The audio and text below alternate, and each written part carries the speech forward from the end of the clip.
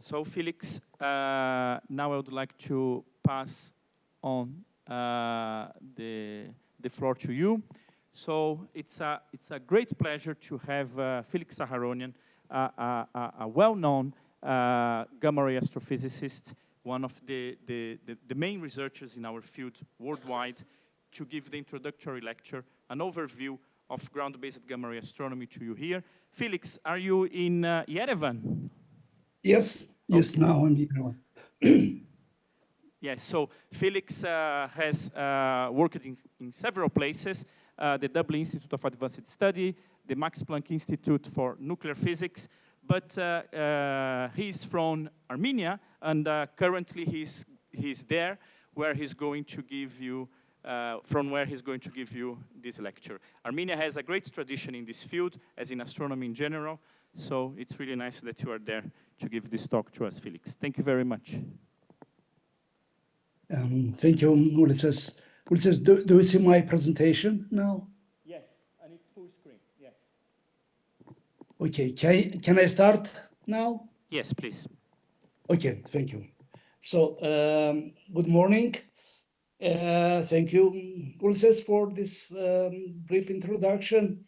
And let's say I'm unhappy that I couldn't be there in person, but nevertheless, I think I'm happy to give a talk online, and I am grateful to organizers to inviting me to give this introductory talk on the basics of ground-based gamma ray astronomy, which I'm going to tell you about the status and future of this field, and also very briefly about the history. History is important, not just for a history, but to better understand the dynamics of development of this quite exciting research area.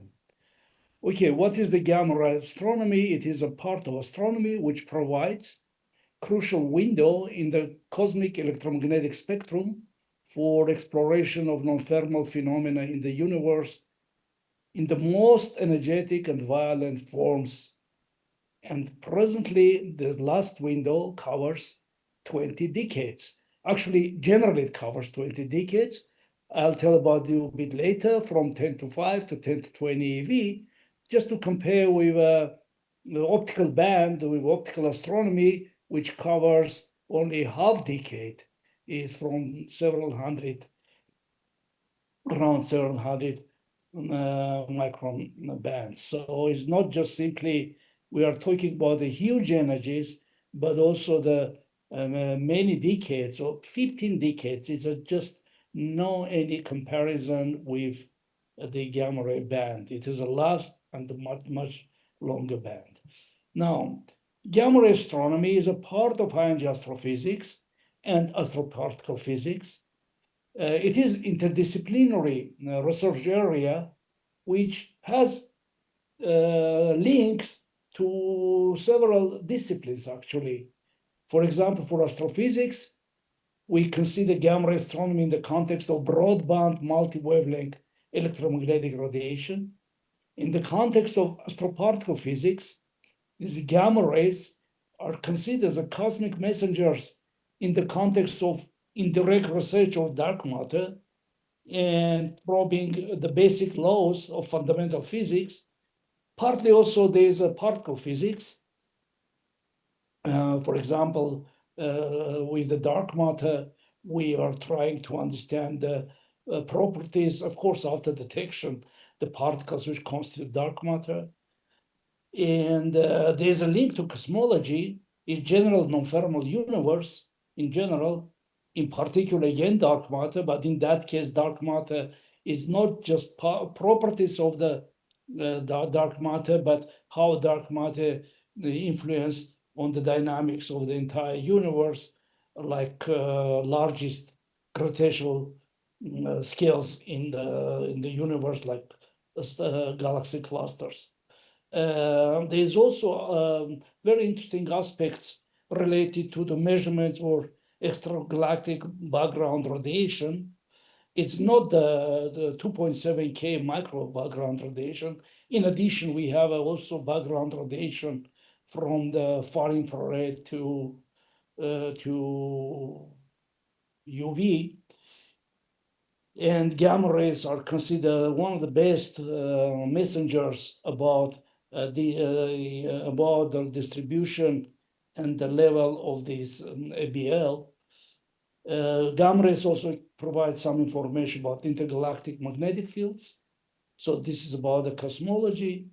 And in general, of course, gamma ray astronomy is linked very tightly to relativistic astrophysics. What they're talking about relativistic particles, but also there are even deeper links like probing relativistic objects like black holes, neutron stars.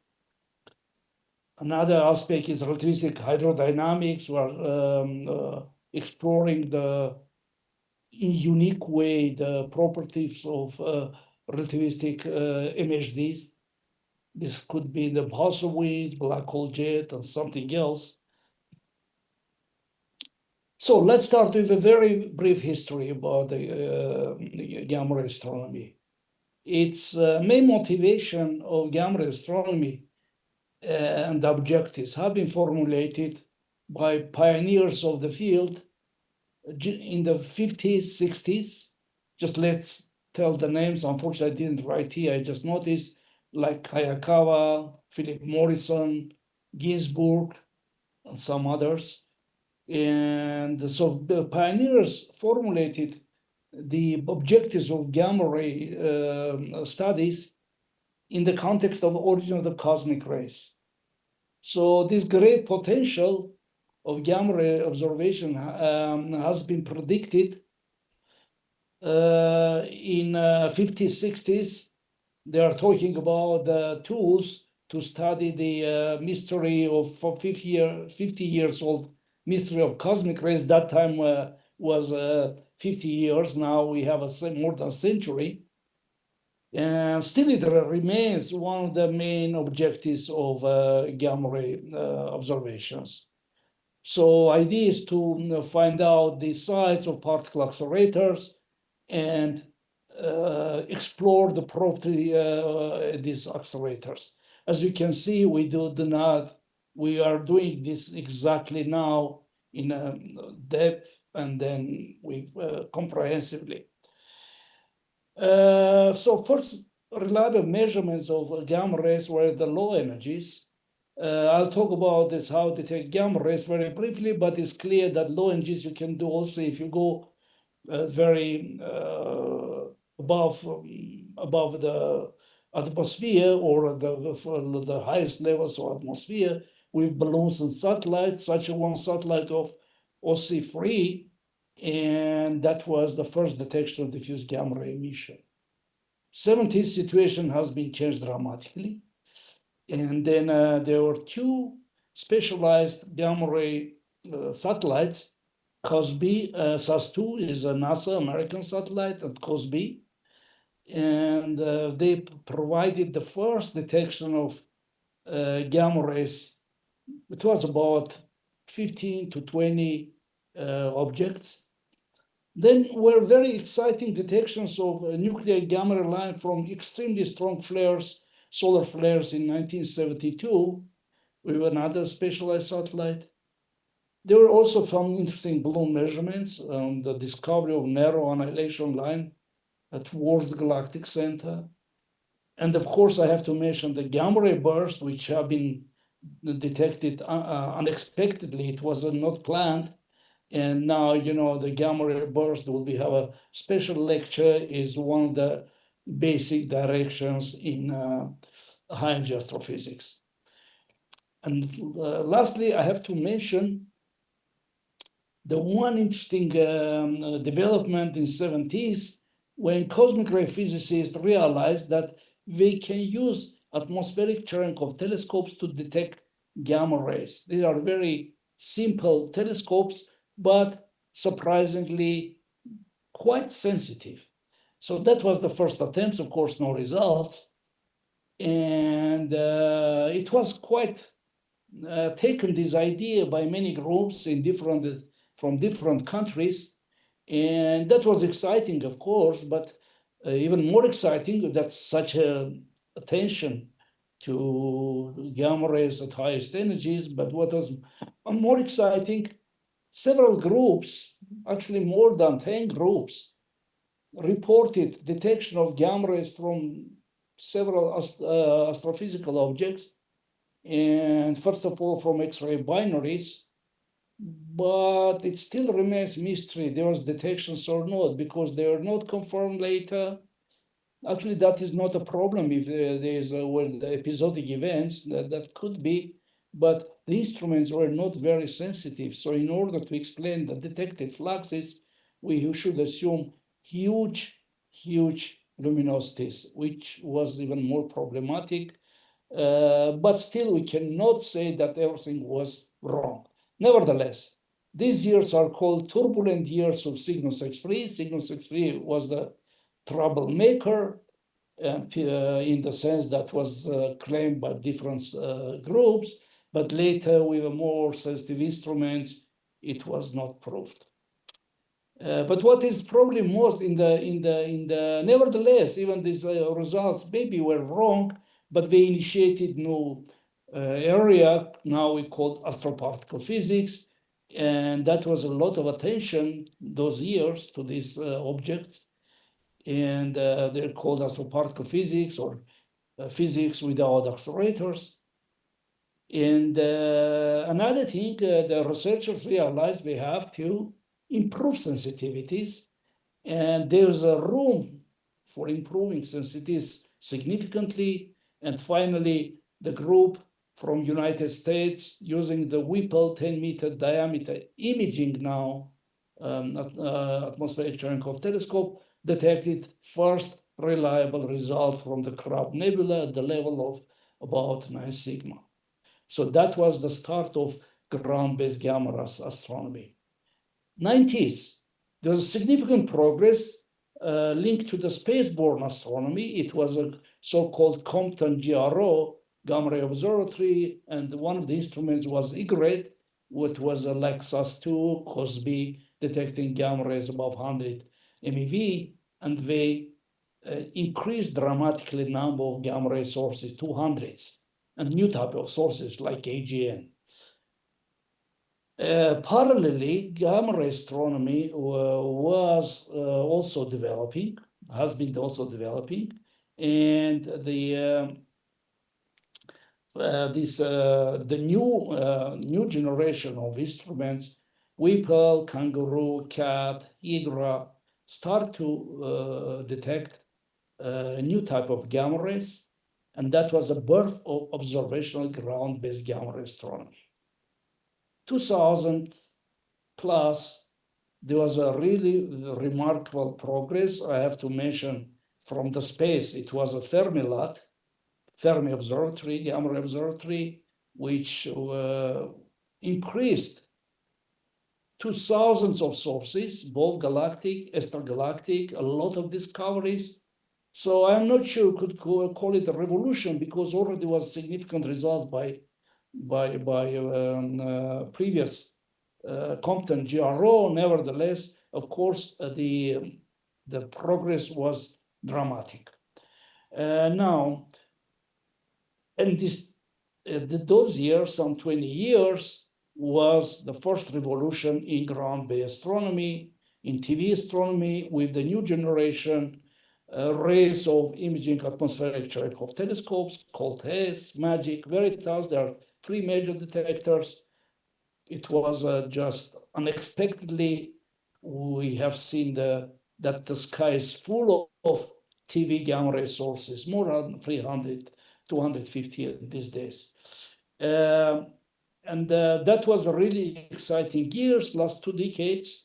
A lot of discoveries. I mean, if you look the papers in Nature, more than dozen papers on Nature on different type of discoveries. Most interestingly, is not just about on one subject. There are many different topics, from blazars to supernova remnants and galactic center, etc. Now, And it was a surprise, actually, but we start to, well, more or less start to understand what is going on there. And then a few years ago, the Hawk, Tibet, and a bit later, Lhasa arrived with really amazing results.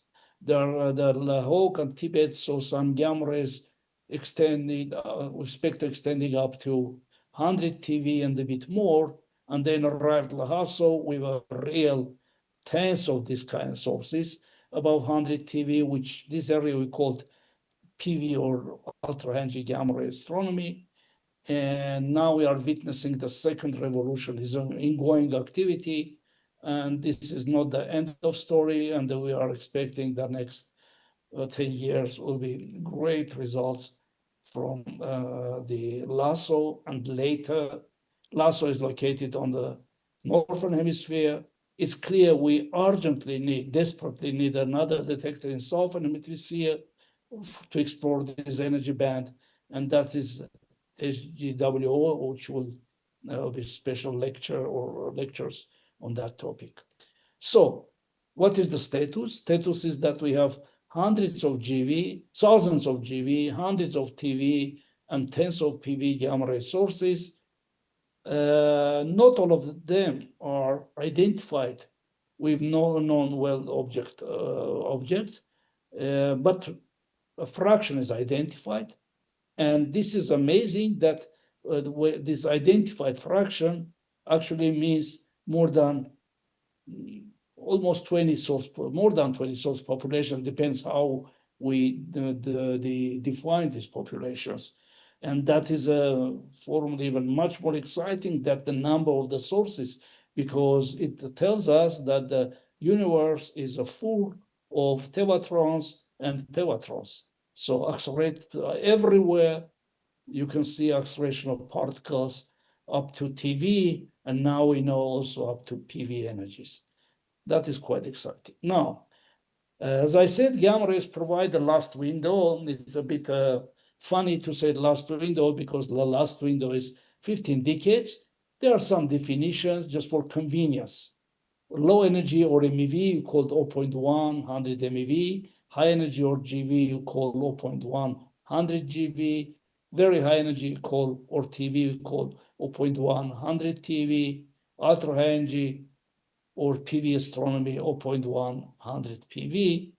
And also now we see gamma rays up to from 10 to 5 to 10 to 15, 1 PV. So it's already, you have 10, the 10 from these 15 decades are covered or detected, but the gamma rays still should be extended to even higher energies, like we detect cosmic rays with energy of 10 to 20, and this cosmic ray interacting with radiation or gas will produce gamma rays of similar energies. So formally, we could say at least end of gamma rays is at least 10 to 20, maybe behind. Now, the low energy band comes from the nuclear gamma rays. Typically, of course, there are continuous processes, but basically this is most exciting aspect. These are nuclear gamma rays, and upper bound, as I said, highest energy cosmic rays.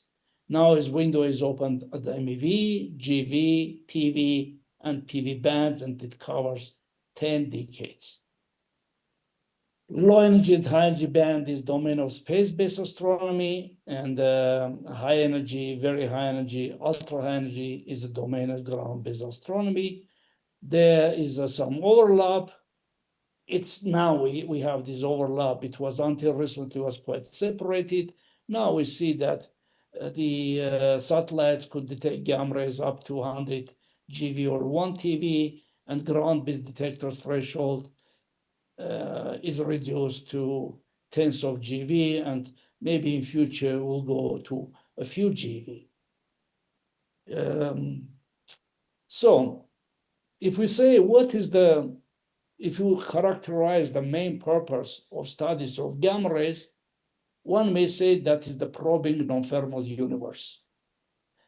Actually, in the framework of Big Bang theory, the universe itself is a high energy phenomenon. It's not the high energy, the properties, but generally it is high energy phenomenon because it births, according to the current cosmological concept, Big Bang theory. It was an incredibly energetic event, and quite long time we had a soup consisting of ultra-relativistic particles and radiation. Now this soup is cooled, is about 2.7 kMBR. This is a relic of that soup with energies typically 10 minus 3 electron eV.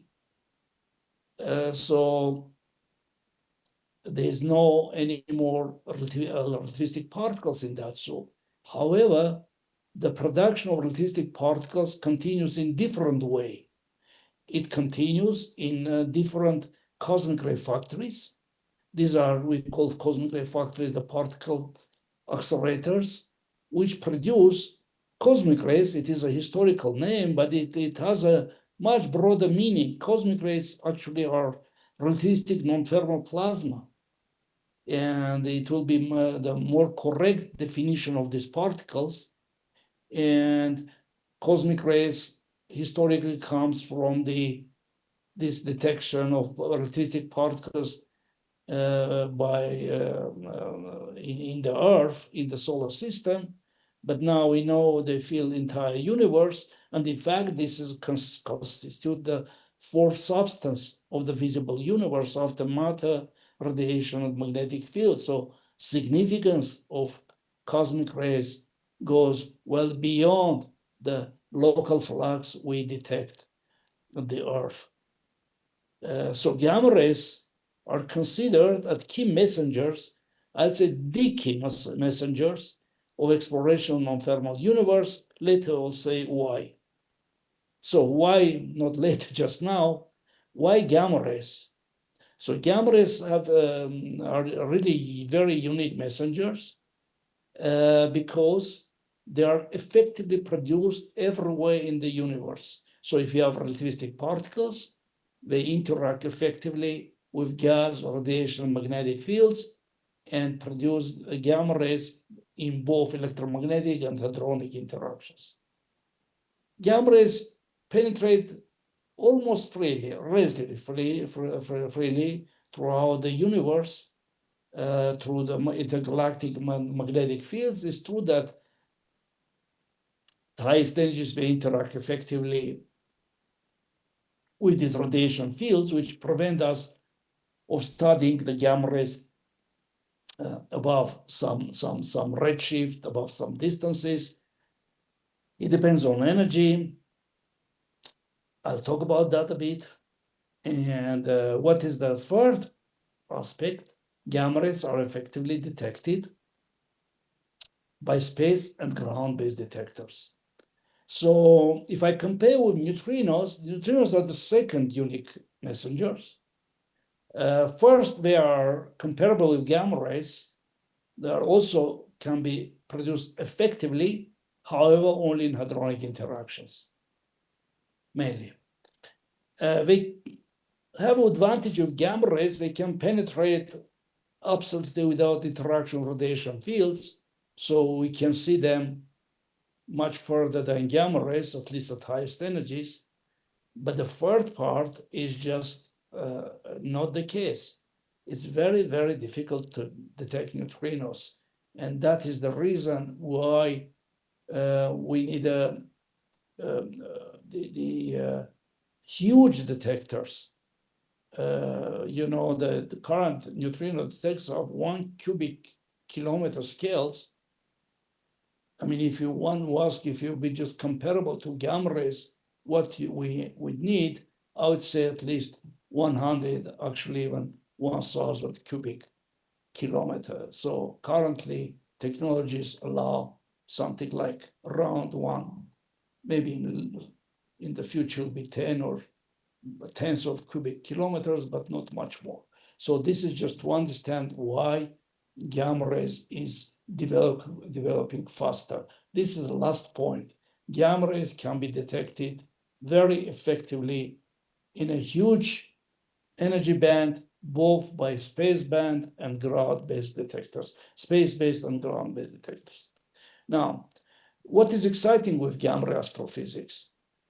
In order to understand this, gamma phenomena, which we see in gamma rays, interpret them properly, we need a deep knowledge about many areas of modern astrophysics, modern physics and astrophysics. We cannot survive if we want to really understand this phenomena without very good knowledge about special general relativity, quantum and classical electrodynamics, hydrodynamics, plasma physics, atomic physics, nuclear and particle physics. This is the physics. And then there are some more other non-linear physics. And then come the astronomy. So it consists of galactic, extragalactic astronomy. It has its huge branch of areas from stars to galaxies, clusters of galaxies. So this makes researchers put in a quite difficult position. Really, I mean, in some areas you could survive without knowing too much many other things, but here, no way. We have to know all these disciplines very well if you pretend to interpret properly this phenomena. Some few remarks about gamma rays, just very general remarks.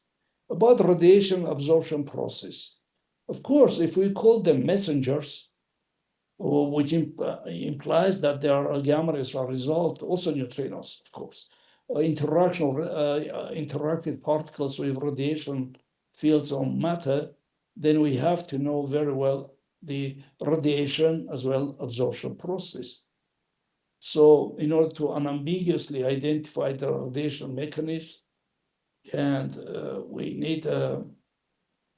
we have to this knowledge. And fortunately, gamma ray production and absorption processes are not too many. There are several, but very well studied, either theoretically, like electromagnetic process, for example, Compton scattering or P production. These are from quantum electrodynamics. Their accuracies are incredibly high of measurements of the cross sections. The process, hadronic process, they are more phenomenological and experimental, but they are also quite well known and understood. So this is very good news. So interactions with matter, there are at low energies, we have a Bremsstrahlung. I don't know, do you have a special lectures on the radiation process? I think I haven't seen that. I'll very briefly go to this process because it's quite important.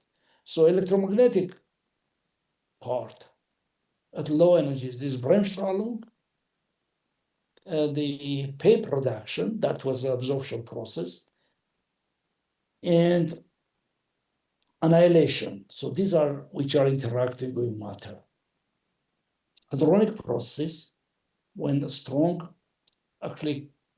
mixed with weak interactions. So in strong interactions, you produce unstable new particles like mesons, cones, and then they decay like weak particles, weak interaction channels to gamma rays neutrinos.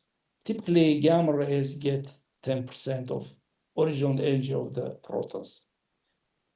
At low energies, there are important nuclear reactions like excitation of lines, also some other lines, for example, deuterium line, the capture when neutrons captured by protons and produce 2.2 MeV line. Interaction of radiations in astrophysics, in our labs, they are not so important, but in astrophysics, they are extremely important. Maybe the most important mechanisms are related to interaction of radiation. This is a Compton scattering, which in astrophysics we call inverse Compton scattering, and the big gamma production, which is, if you talk to physicists and tell them that gamma production is two gamma rays interacting and producing electron-positron pairs, they'll be quite surprised that in general, that this is an important mechanism for in astrophysics. Although we should know that is the zero order of a very large cross-section, this process also is Thomson cross-section almost, but simply we don't have very dense radiation fields in our labs accelerators, while the universe is basically dominated by radiation. Well, not everywhere, but this is so important. So gamma production is very important, both within objects and outside. For example, you are traveling from extragalactic sources, they suffer quite severe absorption. Magnetic field. Okay, there's one is synchrotron radiation. Electrons moving from magnetic field produce gamma rays. Unfortunately, there's no time. There are a lot of exciting things here. Just to tell you about the features of this, is we generally called magnetobremsstrahlung, which consists of the well known for all of us synchrotron radiation, but they are in astrophysics. It could be also some different, let's say, channels. Is a curvature radiation, which works in pulsars, and the Jita mechanism, which is a magnetobremsstrahlung in a very turbulent medium. Sorry, I cannot tell much about that, but just say also that if you have sufficiently large magnetic field, actually what means sufficient large magnetic field, energy of gamma rays should be more than mc squared multiplied by this ratio, which is the B over B critical. B critical magnetic field is about 4 times 10 to 13 Gauss. Then gamma rays will start to absorb also magnetic field.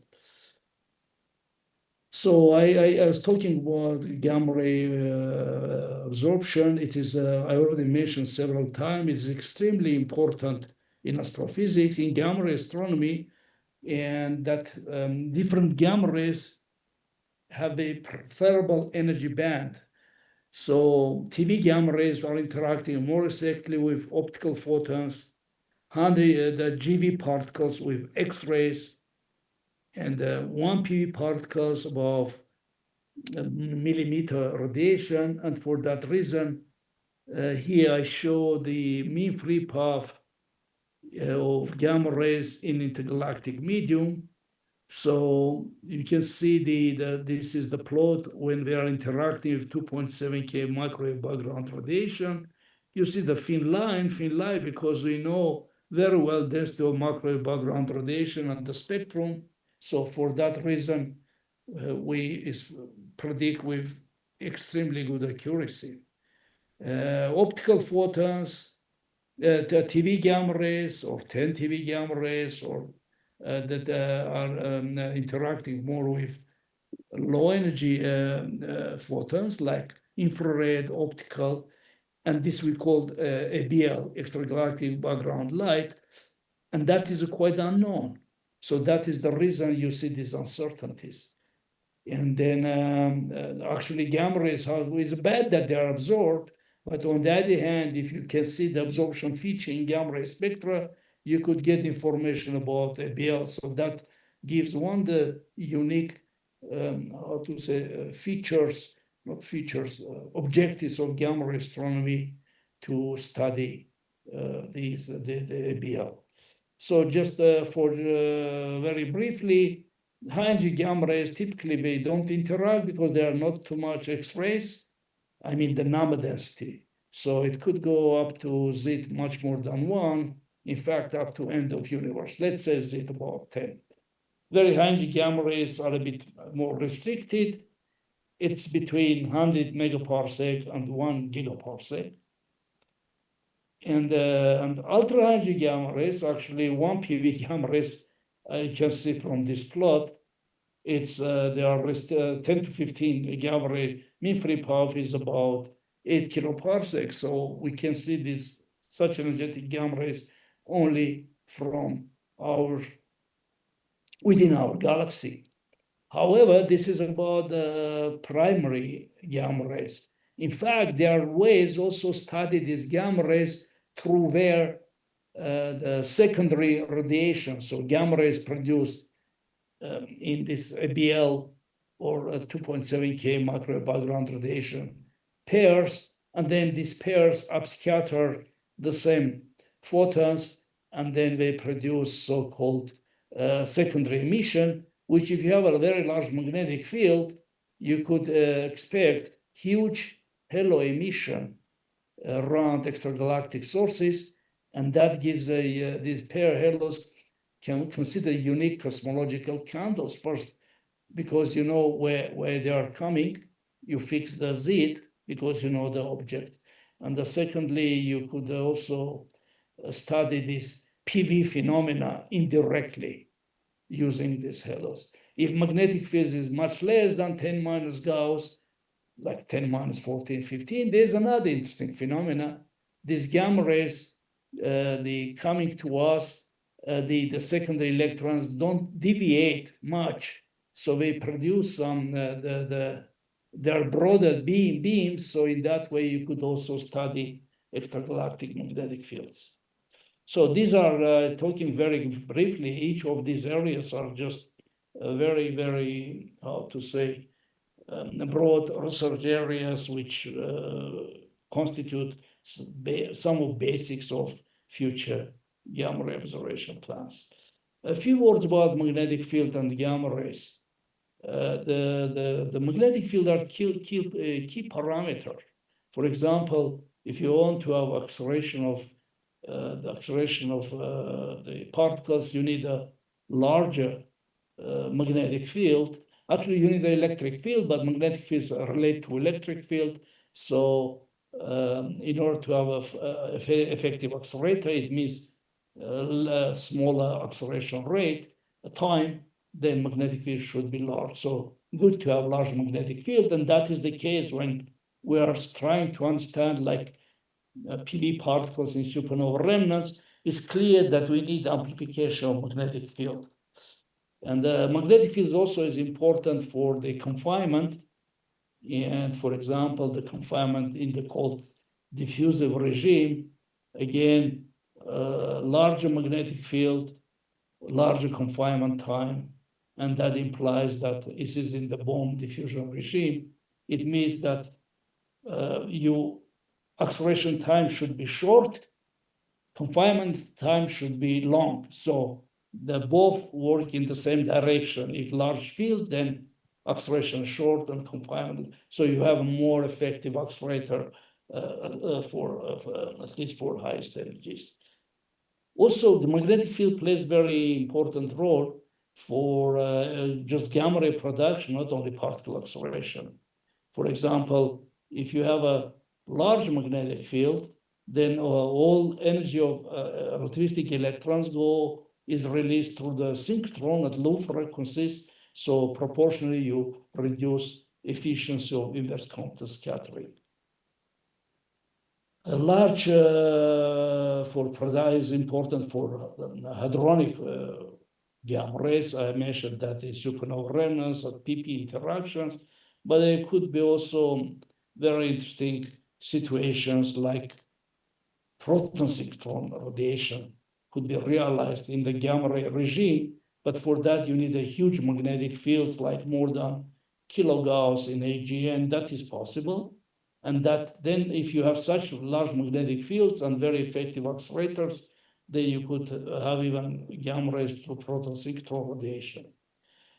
And just opposite, if there will be lectures on that topic. If you have gamma rays from inverse Compton, so-called leptonic, so you need very small magnetic field. So that was very, very brief. It's much more complicated, sophisticated, this relation of gamma ray flux of magnetic fields. But just to know that how could be this is how important. Now, about other astronomical messengers.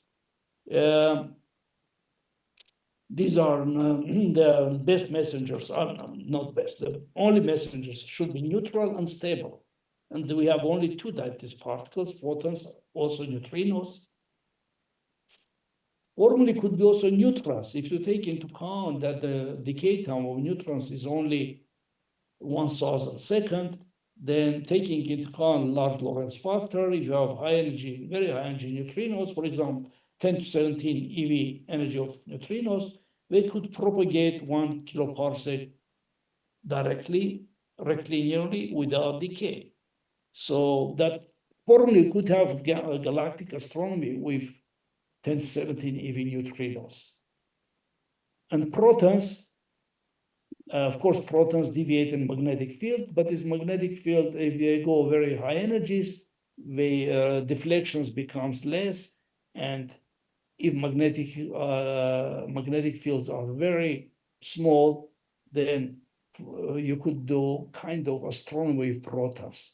So this is a demonstration how 10 to 18 eV protons coming from megaparsec scales, they just quantized, while 10 to 20 eV electrons could propagate almost directly. And so in that case, we could see, we could call them also messengers of sources. Just one more comment about neutrinos. Neutrinos are equally important that gamma rays. They have some advantages, also disadvantages. And the biggest disadvantage is very difficult to detect neutrinos because very small cross-section of interacting with the matter. And for example, if you build 1 kilometer cube volume detector at 1 TeV, your detection area is just less than 1 square meter. While for gamma rays at much low energies, at GeV energies, is also 1 square meter. And the TeV energies, it could be as large as with Cherenkov telescope, 10 to 5 order of magnitude more. So that is the reason, and then you will not have a photons detection, photon statistic, because generally we expect comparable fluxes of neutrinos. So this is the making slower development of neutrino astronomy. The detectors, IceCube, and the kilometer cube net, they start to detect neutrinos, but we have to realistic to understand that when you see what kind of development you have in gamma rays, you need very, very large volumes to detect. What else? There's one more interesting messenger. These are radiation produced, synchrotron radiation at highest energies, produced by secondary gamma rays. When doing both proton and p gamma interactions, you produce electromagnetic electron-positron pairs. And these electron and positrons, before they deviate from the original direction, they repeat direction of the parent particles. And then before they deviate, they, if at very high energies, they produce, interact with magnetic field, produce synchrotron radiation. And that also goes along the path of electrons, and the electrons are not much deviate along path of protons. So formally, you could have secondary this emission like a secondary, the also messenger, like not in gamma ray band and typically in X-ray band. But if you have a very highest energy of gamma rays and particles and very large magnetic field, you could have even radiation could go to the gamma ray domain. So for like supernova remnants, possibly neighborhood, it is good to have hard X-ray imaging detectors like NuSTAR, and they could in fact probe these secondary electrons and then get information. So you detect X-rays, but get information about protons with energy like 1 PeV. Now, let's come to the status of ground-based astronomy. Sorry, what is this? How much time I have? I did follow when I started. it's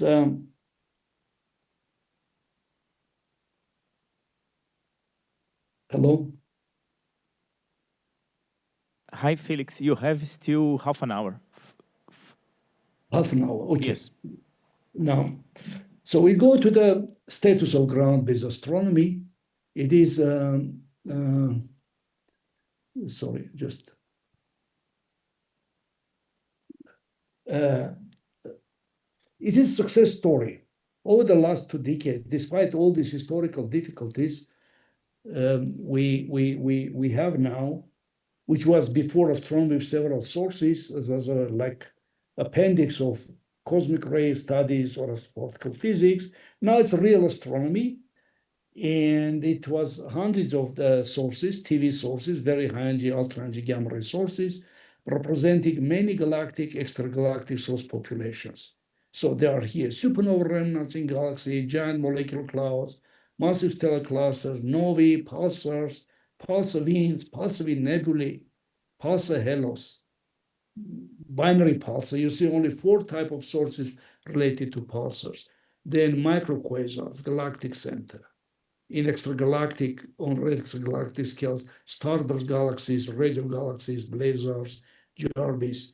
We have 2 effective detection techniques, stereoscopic telescope, you have a lecture on that, and particle detectors. Now, what was major factors to make possible this success? Of course, there are several, as usual, several factors, but basically in this case, for do like a combination of 2. The first, it appears that particles are very effectively accelerated on different astronomical scales, and this coupled with the favorable condition for gamma ray production, we see very bright gamma ray sources linked to, as I said, dozens, 2 or 1, more than almost 2 dozens of astronomical objects. But, so this is independent of us. But the second is great potential ground-based detection technique, which was not the case in the past. People are considering these a kind of detectors, but now we know that detectors or ground-based detectors have even better performance than space-based detectors. Of course, we cannot immediately compare them because they're working in different energy bands. So this is the transparency of Earth. You see almost all energies except for the radio and tiny band of optical. Atmosphere absorbs all electromagnetic radiation. This is the case also gamma rays. So in order to evolve into gamma rays, you should go at least to the satellites, and at least for 30, 40 kilometers with balloons, but better with satellites. And even it's less than for gamma rays at very high and TV and ultra high energies. But here you can use the atmosphere not as like an absorber, but as absorber as a part of your detectors, and you can detect, if you detect them, the chunk of light of the secondary electrons, then you get information about the primary gamma rays. So this is, I think, let's go me faster. This is just showing how gamma rays interacting with the atmosphere, produce electrons. If electron energy of electrons is less than several hundred MeV, we produce chunk of light, which opening angle is about 1 degree. So you have approximately the 100-meter radius area illuminated by chunk of light. If your detector is there, you detect this gamma rays. Intensity tells you about shower energy or electron primary gamma ray energy. Image tells you about the type is gamma rays or cosmic rays, protons, nuclei, and you have orientation. If you put several of them, you'll get perfect angular resolution, perfect or gamma based in the gamma ray astronomy, down to 1 to arc minutes. Also, several give you just very good rejection of the cosmic rays. Rejection is one of the key issues actually in gamma ray astronomy, actually in astronomy. So in that case, In satellites, you have the so-called anti-coincidence the detectors. Here, you use, in case of Cherenkov light, you use image, the shape of the Cherenkov light, if you could detect them. That is called imaging Cherenkov telescopes.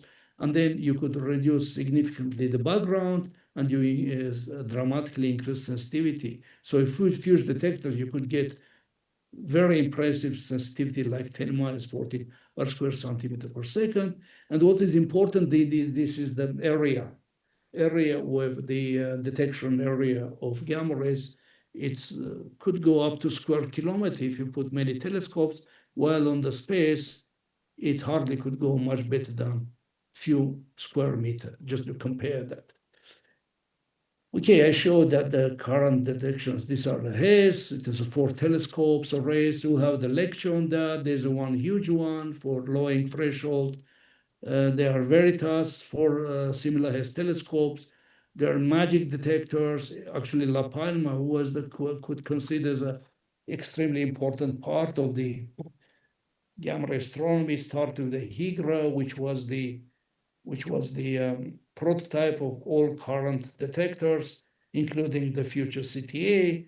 So then was MAGIC, impressive centimeter telescope. Now we have 23 4 telescope arrays soon will be completed. So it will be extremely powerful instrument. And all of this, this is the part actually of CTA. You have a lecture. Let me just skip this to going. Just say that all the success of these current detectors, we are moving to CTA, which will have sensitivity will be dramatically improved. And as I said, in Cherenkov astronomy is very important. How fast we detect gamma rays, the detection areas, they are huge. So for transient events, for you have a much powerful instruments, like compared to satellite instruments. So it will be important to reduce the energy threshold. CTA already will go 30 GeV, and maybe future go even 3 GeV of new generation of instruments. But there are two ways of developed this Cherenkov telescopes. This is one to go to highest energies, well above 10 TeV, up to 100 TeV, maybe several hundred TeVs. It will be part of CTA. It's called small telescope arrays, but also there are two independent detectors now. One is this Astray in Tenerife, next door to La Palma, which will be completed next year, 7 telescopes. And there's another Chinese project, very high mount, is called LACTA. So they are very small telescopes, but more powerful, much more powerful than HAES. HAES is the most powerful one currently for highest energies, but they'll go beyond HAES. And I said it'll be nice now to exploit the possibility to go to even reduce energies to down to 10 GeV, even less. One important way doing that, of course, should have very large telescopes, like 25, 30 meters. That is possible. Now we know is realized, but also go very high mountains, like 4 or 5 kilometers. This is just artistic view. It was produced some 25 years ago. Idea was to go Alma site in Atacama, and then to get some 5 GeV threshold. Okay, that is the for future. So about stereoscopic systems, you have special lectures. Let me tell that these are multifunctional tools. They provide spectrometry because they provide huge statistics, and combined with the good angular resolution and the energy resolution, then you could do with energy resolution spectrometry, you could have temporal studies, you could do morphology, surveys, you could study extended sources, and you could have transient phenomena. So everything is just in one detector, this type of detectors. So here you could see how nice spectrometry could be done from supernova remnant. You see the morphology in the galactics and the fast timing when just for a few minutes flare has been detected by HAES from this AGN, which is a challenge to understand. If you just take it simple, it could be even less than the gravitational radius of the black hole. And that was, I want to, of course, I cannot tell you about all aspects of Cherenkov technique in one lecture, but say that the timing is one of the extremely exciting and most promising way to go with Cherenkov telescopes. For that, you need to reduce the threshold. If you, for example, CTA will have a has detected few arc minutes or magic also for some sources. CTA should, for the same flares, you'll see less than 1 second. The scales. And if you transfer it to the size, then you'll see it is much less than the gravitational radius on black holes. So even there are a lot of exciting news that AEHT detecting probing the black hole close to the event horizon. But that is they can do only because of resolution, only from M87 or galactic center. With the timing, of course, not directly. You could also probe, but much more scales, even much smaller scales than gravitational radius. So that is a very interesting aspect, which is underestimated. Now, Asia, the particle detectors, there will be also a lecture on that. Just mentioned that it is an unexpected success by Hawke. It's a relatively small array, but they found so many exciting results with such a small array. It's just the water tanks. And then, but then came LASSO, which is a very ambitious project. You can see the area is more than square kilometer. They have a huge amount of muons, which provide very good projection of the cosmic ray background. And as a result, LASSO has a very nice sensitivity because the good statistics, because of large detection area and rejection power and reasonable angular resolution. So that was of course, was shocked when the LASSO published first paper about detection of the ultra-energy gamma rays with that was 12 gamma ray sources. We called 12 pivotrons, and that was a kind of shock. But behind of this, if you will try to explain, is just this huge statistics, projection power, reasonable angular resolution, reasonable angular resolution give you these beautiful results. And then just this is the Hess map for the galactic plane. And then we are so happy to see, so surprised to see this kind of map, but now at TV energies. And now we see the same at above 100 TV. So we say there are a lot of pivotrons in the Milky Way. So I already said about this. We have been very surprised with the TV detections over the last 20 years. And then we realized that the universe is full of pivotrons. But now surprise continues. Over the last few years, LASSO detected more than 40 pivotrons. And now we know the galaxy is full of pivotrons. So these are the gallery of different type of sources. And all of them now produce gamma rays. So that is very, very exciting. I want to talk about the cosmic rays, how you do, but this is not much time. You'll have lectures about that. And then let me just, about galactic sources. You will have lectures on galactic sources. Just mentioned that there are historically supernova remnants have been considered that the main contributors to local cosmic rays. It's already 70 years. There are very good arguments for that from point of energetics, also from point of the theory, so-called diffusive shock acceleration. And then this is the picture when really Cherenkov telescopes start to detect, not simply take gamma rays from the supernova remnant, young supernova rays, but also they start to detect the morphology. You see the shell. That was predicted, the theory that particles will be accelerated on the shocks, and then they'll produce gamma rays from the shells. So it lets me skip all these things just to say that it was extremely excited.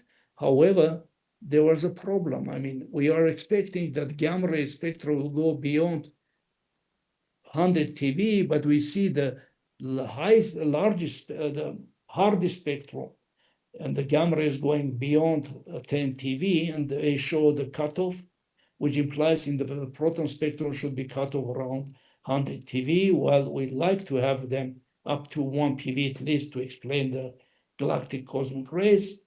So for other sources, even worse, they have very steep spectra. That was a bit kind of disappointment. Actually, there's no reason to be disappointed. That could be possible, could be steep spectra. This diffusion shock acceleration theory, actually, standard one was that for steady state. So if you go to the more deeper theoretical consideration, that could be possible. So what is the now status? A lot of people are disappointed that let me skip. I mean, a lot of you'll have my lectures. You could see them. That we don't have this 100 TeV gamma rays from supernova remnants. I think this is a wrong disappointment in the sense the spectra are steep, so sensitivity of instruments does allow even LASSO to detect them. So that is a question of sensitivity. Moreover, if you do look not only on young supernova remnants, which are currently operating, but the old ones, and if you are likely to have dense clouds close the old ones, then you could have some kind of smoking gas. So accelerator is dead, is not already there, but particles are propagating. They reach to the nearby molecular dense clouds, and they could initiate gamma rays. And it looks like we see this kind of events, tens of these kind of events, and some of their spectra goes beyond 100 TeV. It means gamma, the cosmic ray spectrum, proton spectrum should go beyond 1 PV. So that is too early to be disappointed. Nevertheless, after when we are thinking only supernova remnants, we have to think about other kind of sources, and for them there are reasons for that. One was a galactic center. It was detected by Hess some years ago, almost 10 years ago. Was a lot of excitement. That could be Sagittarius A star, the black hole in the center of our galaxy. It looks like, but then it appeared there are some other possibilities. There could be stellar clusters, which are exactly in the same 10 parsec region.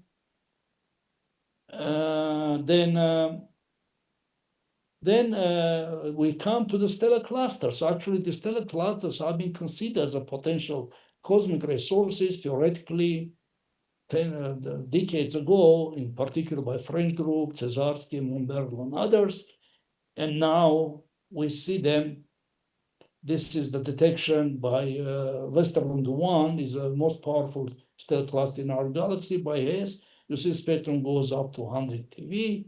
Moreover, if you look the Cygnus so-called bubble, it is toward the Cygnus orbit 2 association, then gamma ray spectrum goes up to 1 PV, 2 PV. Now, gamma ray spectrum is 2 PV, not cosmic rays, so at least should be 10 PV protons to provide this flux of gamma rays. Okay, so we have also electron pevatrons. Electrons is much more difficult to accelerate electrons because synchrotron losses. Nevertheless, we see gamma rays. Before we had the gamma rays up to tens of TeV, LASSO detected gamma rays up to again around 2 PV as a huge surprise.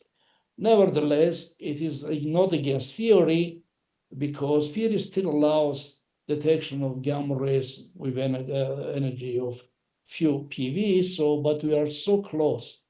Then if it will be difficult to detect 3 PV, but already it gives us a lot of information about acceleration in the Crab Nebula. In the period, not only Crab Nebula, but some other pulsar nebulae like Vela X, MH52. So there should be electrons with energy much beyond 100 TeV to produce these gamma rays. Okay, so I would say some another very recent exciting things, microquasars. Microquasars were just popular topic for non-thermal emission some 20 years, 30 years ago, but we just finally could see them, and surprisingly, too many. I mean, the first was SS433. It is one of the most powerful objects, if not probably most powerful object in our galaxy, is a microquasar with a jet. Gamma rays have been predicted actually this source as a result of electron interactions, and now has detected this nice morphology, two hotspots. It's a result of the termination of the jet, and then the Hawk saw that energy goes up to 100 PV, and then arrived his lasso and could see well above 100. There are some other the pivotrons associated with microquasars. This was recently published by Hawk. It's called V4641 Sagittarius. And then Lasso published 4 more microquasars. All of them are very famous. For example, JARES 1915, this V4641, and even could be Cygnus X1. Moreover, it could be even Cygnus X3. This extended emission we associate with the Fermi, with the Cygnus bubble in our galaxy. Maybe that is not a bubble in our galaxy. This is a bubble in 2 kiloparsec around stellar cluster OB2, but much further, about 10 kiloparsecs surrounding Cygnus X3. So this is another special topic. So what summarizes the galactic sources, it is not only, so what is the surprise to detect so many? More surprise to me is detect more than 15 type of objects, populations. And now even more surprise, some of them spectra extend to close to 1 PV, well beyond 100 TeV. So these are pivotrons. And surprisingly, but we start to understand why the microquasars could be the sources which are responsible for cosmic rays for highest energies around 1 PV. Now, very briefly about extragalactic sources. They are mainly dominated by blazars, although there are some other sources. And there'll be a lot of, I think there are lectures by Marcus about, so I don't go very deep, just want to say they are discussing these days leptonic, hadronic.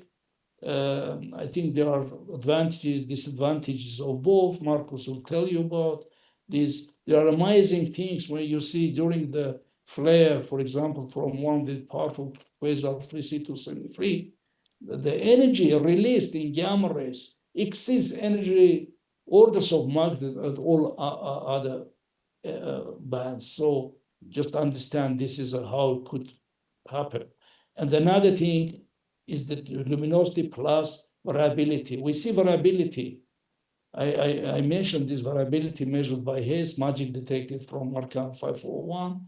It's just for a few minutes, and if you transfer it to the size, it appeared the size should be small than the rotational radius of the black hole, because we know the mass of black hole in this object, and that then we need a lot of sophisticated way to explain. Of course, it cannot be below, it could not be so small. It should be some related to relativistic effects. There are ongoing discussions. I mean, you could expect very brief minute scales, like from the magnetospheres of black holes, but that is this is isotropic radiation. There's no way to see them from distant quasars, because we see the high fluxes because Doppler boosting. So they are related to relativistic outflows, the jets toward us. So this doesn't work. So we need to find out a way. It's very complex, very exciting area, and we still to understand what is going on there. And deterging GRB afterglows, it's another very exciting aspect, topic in gamma ray astronomy. magic has finally started to detect the afterglows of the GRBs. These are emission related, not the main event GRBs, but continuing to hours and days. And recently also LASO detected another GRB afterglow.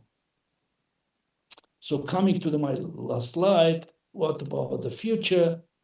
Since I'm talking about ground-based, so it will be TV, gamma ray, future is connected with CTA. We'll have two CTA arrays, north and south. They'll improve significantly the characteristics of current ones, sensitivity factor of 5 to 10. Angular resolution is better. Energy band, they're going to low energies, they're going to high energies. And there'll be also some other specialized smaller telescope arrays, which could be similarly powerful like CTA. For the highest energies, of course, LHAASO. I call LHAASO's detector from future operating now. It is arrived very surprised. Its arrival was surprised, but even more surprised were the results. And it seems that we see the tip of the iceberg. And then with next 10, 20 years, we have a lot of new results. But here, problem is that it is northern hemisphere. We need now another one in southern hemisphere because they're even, this is basically galactic gamma ray astronomy, because I said gamma rays are absorbed. And in that case, south is even more exciting part, because at least you see galactic center, and we need FGWO is, this is a, you will have a lecture on that. We could call it Super Hawk, but probably it will be certainly more sophisticated, and hopefully it will be happening next few years. So now I'm coming to the summary. You could read my summary. I don't take time now to read it, because I think I am already spend more time than I should. Just to say that this is what is happening now is extremely exciting. Just because 2 decades we have seen 2 revolutions in gamma ray astronomy, real revolutions, and we have now genuine gamma ray ground-based astronomy both at TV and PV domains. CTA will be next big step, and that will be guaranteed success. And there will be SWGO will be another very highest priority task in southern hemisphere. And there's little doubt that these 2 detectors, together with LASO in north, for the next 10, 20 years, will elevate the level of gamma ray astronomy much higher, both quantitatively, more sources, and qualitatively, better spectroscopy, better timing, better morphology, better surveys. And we do it, certainly we expect discoveries, even difficult to predict that, but there's little doubt there will be a lot of discoveries, and these discoveries will certainly revolutionize our concepts about the non-stationary high-energy universe. Thank you very much.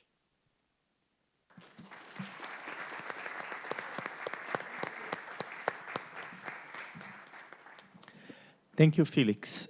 We actually have some time for questions, so you were okay in time with the time. So, anyone? Yes, please. Thank you for the presentation. I would like to ask a little bit of the relation between cosmic rays and gamma rays.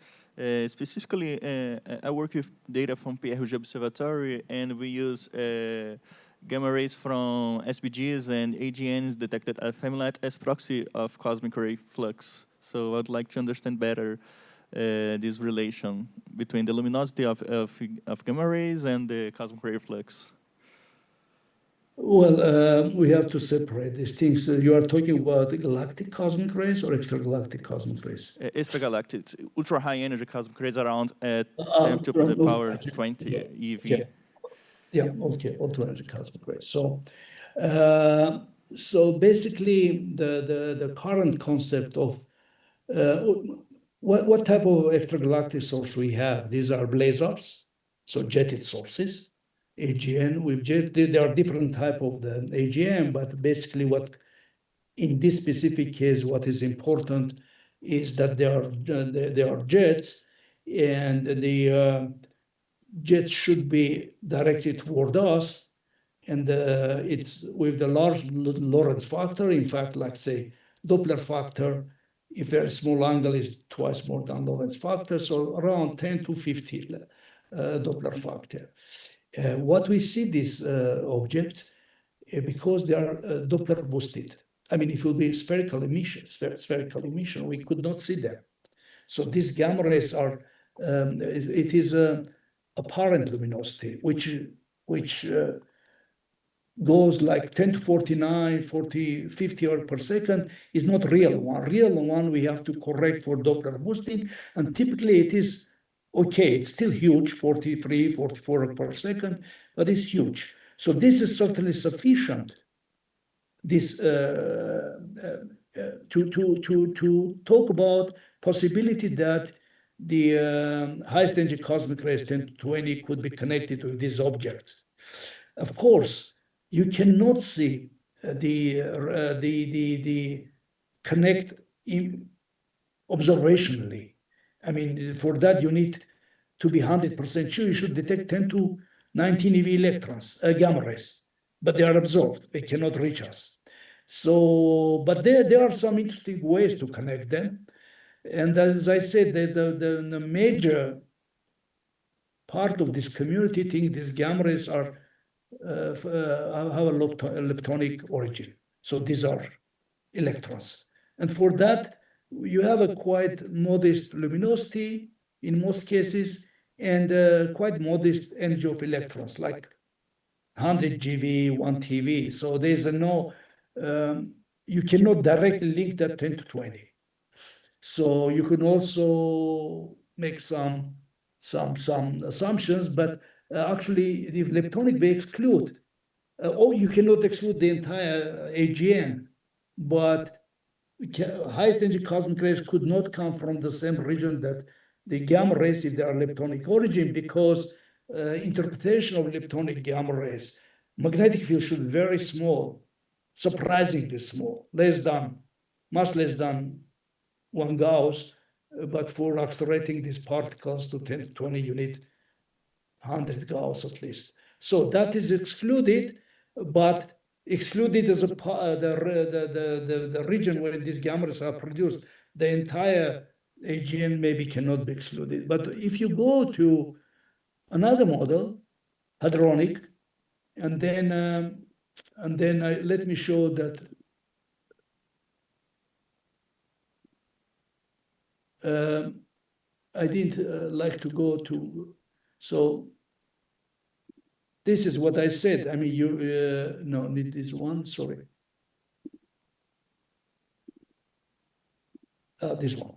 So if you want to, if you assume by synchrotron radiation extreme energy of the protons, generally people think it's not effective mechanism, but it's not true. In order to get 10 to 20 EV protons, you need magnetic field more than 100 Gauss. In that case, the cooling time, so synchrotron, they could produce synchrotron radiation with a maximum of several hundred GeV. If you correct for the Doppler boosting, you see there's explanation of Markov 421, 501. And then people typically think that synchrotron radiation is not effective, but synchrotron efficiency determined by the cooling time. You need very short production on short time scales.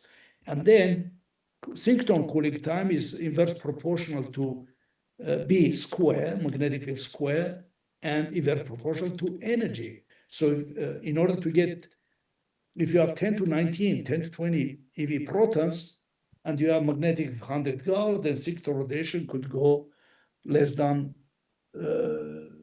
hours even after correcting for the boosting. So synchrotron, if this radiation comes from proton accelerators, its origin is the synchrotron radiation of the protons, then it's direct link.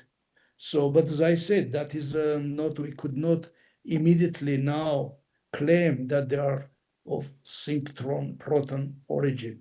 Just they are too extreme. If they are leptonic, no way to relate them to 10 to 21. If they are proton synchrotron, I don't call them bihadronic, by the way, it's wrong terminology. Proton synchrotron is electromagnetic process, is absolutely the entire community using this word, absolutely wrong word, always saying hadronic. There's no hadronic. There are protons are hadrons, but it's electromagnetic radiation, synchrotron radiation. If you explain by synchrotron radiation, then you have direct link to highest energy cosmic rays. So that was very briefly, if I can answer this question. So anyone else would like to ask a question? Yes.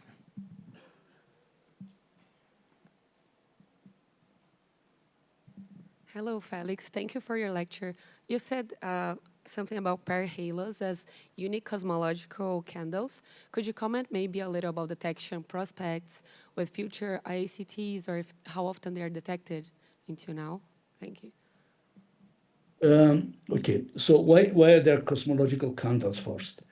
I mean, when the standard now concept to measure ABL through this absorption feature, it comes if you look through the entire line of sight. So, I mean, and that was a bit, you have to have a model to predict will be this. And because they are absorbed everywhere during the propagation through intergalactic, so integrated information. But halos, because they are produced around the source, and if you know the redshift of the source, then you locate the ABL just around the source. So you know what is the ABL at the given Z. So that is big difference when you just integrate over the line of sight. So halos are, of course, much more reliable information. The problem is very difficult to detect the halos. And so there are some attempts, but certainly it is a realist. Why is it difficult to detect halos? As just mentioned, we see these blazars because they are beamed. We use this Doppler boosting. Is the flux is proportional Doppler factor to 4. So if you have Doppler factor 10, then you enhance the flux 4 order of magnitudes. So if it will be the same power emitted isotropically, we should see flux 4 order of magnitude less. So in other words, we should not sit there. Halos now is a result of isotropization of this beamed emission. So beam produce gamma rays, they are electrons isotropized, so that reduces your chances to detect these halos, orders of magnitudes. But with CTA, we have very powerful sources. It most likely will happen, but then it's very sophisticated because the flux will be much less than direct flux. But direct flux is variable, so you could remove it. So now, to be very brief, is possible, but is with CTA especially, but that it is a not difficult, not easy task, it's a very difficult task, but the price is very high. If you detect these halos, you could really tell what is the ABL at the given Z. Otherwise, all these things is not real theory when we are saying we measure ABL. It is mixed with, it is not observations only, it is mixed with theory. In case of the halos, you'll have a just direct measurement. It's extremely difficult, but as I said, this is possible with the future detectors. I hope with CTA, I cannot guarantee that, but this is CTA most likely was. So what you should see variable source, AGN, and then surrounded by this halos, which is the stable, is because it's so that you have to try to find these guys.